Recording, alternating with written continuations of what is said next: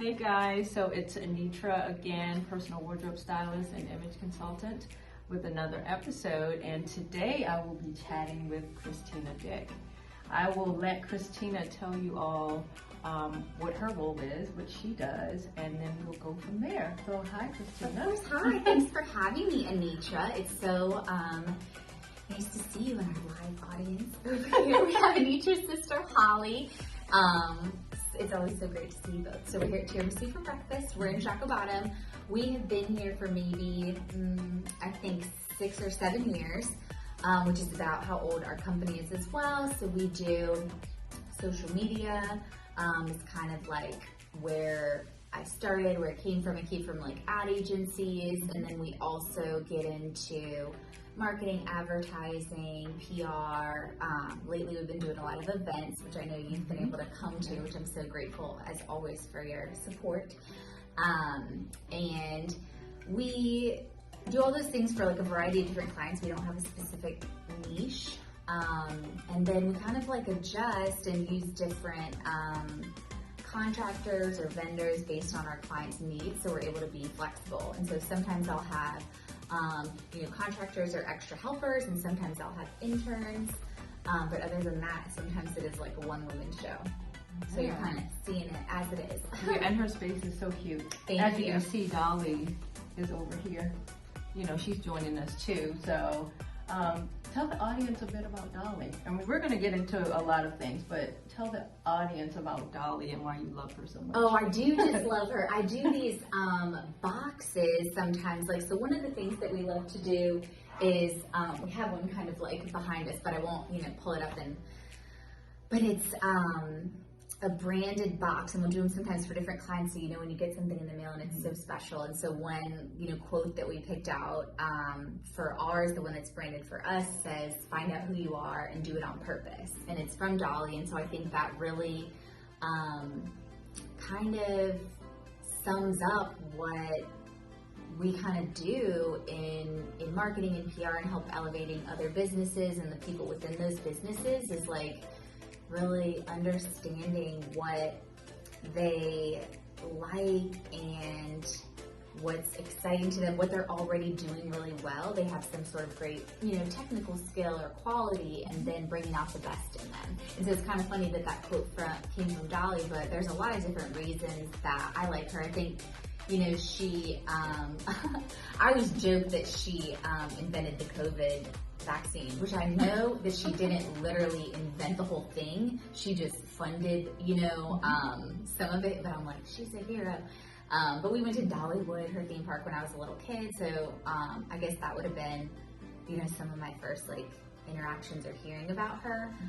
But we went to see her a few years ago at Wolf Trap, and I just think she's so fun, and I love to follow her. Got her latest book, My Life in Rhinestones, which I don't know if you've seen, but I feel like you would love it. It's all about all her costumes.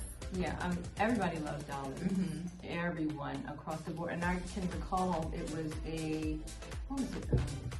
she performed at a football game recently. Yeah, the Dallas Cowboys. I was like, in the cheerleader that's outfit. What I want to look like when I'm 70-ish. But she's almost 80. She's like 77. Something like that. It's like, that's how I want to look when I, turn that age. And she's fabulous. It was so cute. She had a little like Dallas Cowboys star belly button too, and she was super sparkly. So, well, that's like your personality too. You're sparkly, and just you just radiate joy. Sometimes I like send mail. I saw this cute thing. I'm always getting different inspiration from places, and it was at like a stationery store, and it was like a confetti postcard, and so it was like in a little clear envelope, and so I totally like took that idea and used it for like one of my clients, and then actually Short Pump, who you guys helped out with, and we did something there. But I remember like putting on things, or when I'm sending out like glitter or whatever, warning confetti or warning glitter. So like when I'm sending it to people physically and they're gonna get that, I do a little warning. But sometimes if they're meeting me in person, there's no warning. They're just getting the confetti. They're getting it all. Right? Great. Well, I think we also have this cute little dessert tiramisu. Oh yeah, my friend Robert made this for me, and it's so cool. He is a sociologist. He's super smart. He tells us what he does and shows us his research papers, and we do our best to understand because they're super smart and technical. But he's one of my best friends. We just went on a trip together. We were in Nantucket. He's one of my best friends from high school, and he made this for me. It's like, so in, you know, his day job again is sociology. But he does, like, as a hobby, this air dried clay. And so I've never tried working with it myself, but I guess that's, you know, how it works. It's like you don't bake it and things like that. And so he made a tiramisu, and then he put the TFE logo in it. Yeah, so it's always fun to kind of look at. And you can tell I'm not a minimalist. By my office, I love to just, like, collect different things. And yeah, I love to, like, save things that have meant something to me. And if, like, a lot of times it's saving it for, like, marketing inspiration, and have, like, flags, and, like, there's a book over there that has, like, a zillion sticky notes in it, that are, of course, pink and translucent. But sometimes it's more sentimental, and so just, like, saving, like, notes from students. I have, like, a gallery wall where I have some different things displayed, and so yeah, I think, like, things that things that fill up the space. I made a joke one time. It's like, I'm not going to stop decorating this office till it's like one of those antique stores that you can't, like, move around in. But hopefully I don't get that that bad. But you're not there. Yeah. But I love it. You know, like you said, it's very sentimental, and it's all of your accomplishments. I don't know if you guys can see it, but some of her accolades are here. You can't really see, but I know, it's funny. It's like there's a lot of stuff. My cards are clear too. It's like, I don't. Maybe that's not good marketing to have just everything, or maybe it makes people take a second look or look harder, because we have I loved doing the clear business cards, and then these are the PR awards. Yeah. I don't. You guys can't see, but the arches are in here from McDonald's. And we can talk about that too, because I know that's one of your clients. But before we do that, I want to talk about the kitty here. Oh, my friend Judy gave me this. See, I told you, everything's like a little sentimental. Sometimes though I do, like, I'm like, ooh, because it looks actually, I mean, it is her. Like, they put the photo of her on this pillow, I guess. I don't know the company that she used, but I could find out. You can put a link in bio. But she got this for me for Christmas, and it's like one of my favorite gifts ever. I love it. But yeah, sometimes I, like, look over and I'm like, like, what is she doing here? Because it's super realistic, but I love that. Yeah. So Kitty's 10, which is crazy. It is. Well, see, we share that because I have a kitty. Her name is Ladybug, and she's 10. Oh my gosh! I didn't realize they were the same age. Aw. She is, and she's very spoiled and whiny. And now she's addicted to cheese. That's funny. Oh my goodness. Cats are so silly. It's funny when, like, pets, like, are just really into, like, one random food. Like, Kitty will always try to, like, bite my apple. I never let her, but I'm like, girl, that's not supposed to be your vibe. I know. You're supposed to have, like, cat food. I mean, she still eats her cat food, but I think I was cooking something and some shredded cheese fell on the floor, and she ate it, and then ever since then, she's just whining for shredded cheese. That's so cute. So I have to buy her shredded cheese. All of that. They deserve the best. They do. Whatever she wants. They do. They do.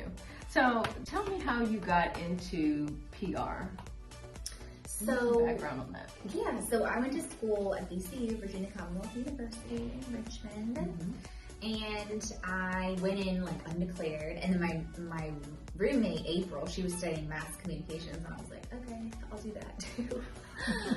No, I'm sure there was, like, more thought that went into it, but kind of maybe not much more thought, you know, and so they make you declare a major and figure out what you're going to do. So I got into that, and I do remember my academic advisor saying, like, or somebody telling me that it would be easier for me to study advertising, like if I was kind of in between advertising and PR, that it would be easier for me to study advertising and get into that, and then I could always make a shift into PR, but it would be harder to do it the other way, which I kind of maybe agree with. Like, I don't see a ton of people, you know, doing that shift, but I always tell people, I always think they're so, like, blended together. I don't usually, you know, make distinctions between PR, advertising, marketing. I think sometimes, like, the silos are unnecessary, you know, and so I like to go to the marketing meetings, like the American Marketing Association. I like to go to Ad Club. I like to go to Public Relations Society, and then I feel in the work that I do, it's like just dependent on the client, or, you know, what their background is or how they describe things or what they want to call it, really, because I think a lot of different things could really fall within any of those categories.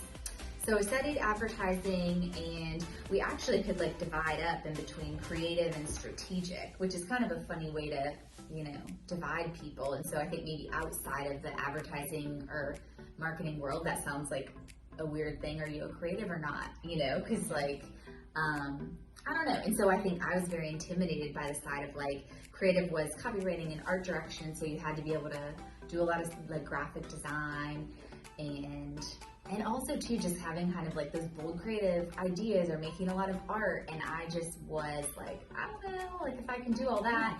And so I was like more, I think, trying to play it safe, from my perspective on the strategy side. And so I wanted to be in like account management or strategic planning. I love just like thinking through business problems and things like that. And I also got really into like networking events kind of early, like in college. I love just I like, could see that. I love getting out of class and like getting into the community. And that's something I love and always say about BCU. I just think it's like really cool that it's right here. And you and I are both from like little towns. So I don't know if like for you, to me, it's like, I'm from Gloucester, you're from Tappahannock. And like, it's funny because a lot of people, come to it and they're like, oh, Richmond's a cute little town. And it's like, I feel like it was like the big city. I remember getting dropped off here for college and it's like, this is what you wanted. Look at all this. And it was like, okay, that like my family is like very much like, we love the country. But I don't know, I love it. And I think it's so cool that it's different maybe from other campuses. I'm sure there's lots of universities like it, but there's like, you're not siloed, on campus and only talking with each other. You're like integrated with everybody else. And so I kind of tried to take advantage of that. And then instead of just listening to one person or like my group of professors, I was able to like go get opinions and ideas and learn from people who were in the industry. And I think that is what maybe got me really excited about doing this job.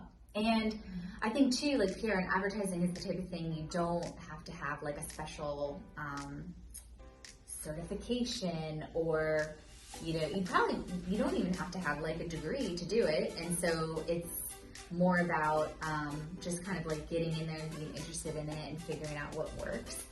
And so just getting that like hands-on experience, I think. So I guess after graduating, then I went to work at the Barton Agency and I did media buying.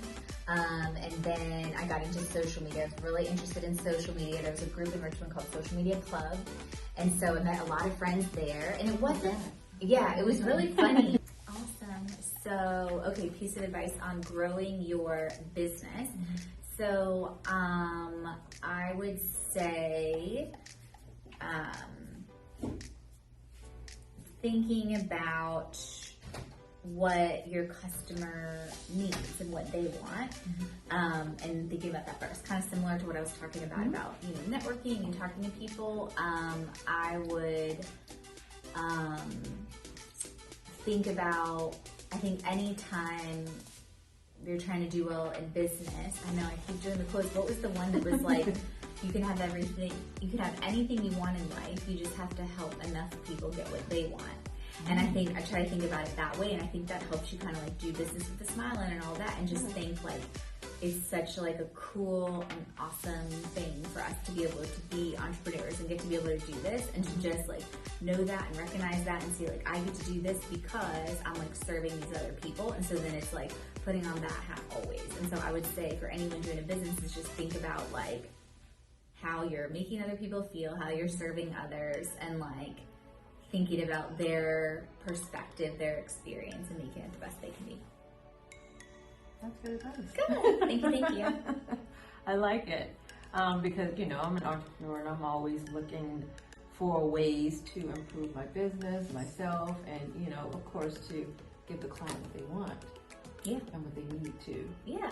Sometimes they don't know what they need. So you have to figure that out. But great advice. Great conversation, great insight, and I appreciate your time because time is so valuable, especially when you're an entrepreneur too, because you have so much going on. So I appreciate it. I appreciate this beautiful space. You guys can't see it, but it's so cute. It's so cute. All of her sentimental pieces are on the wall. It's just a lovely space.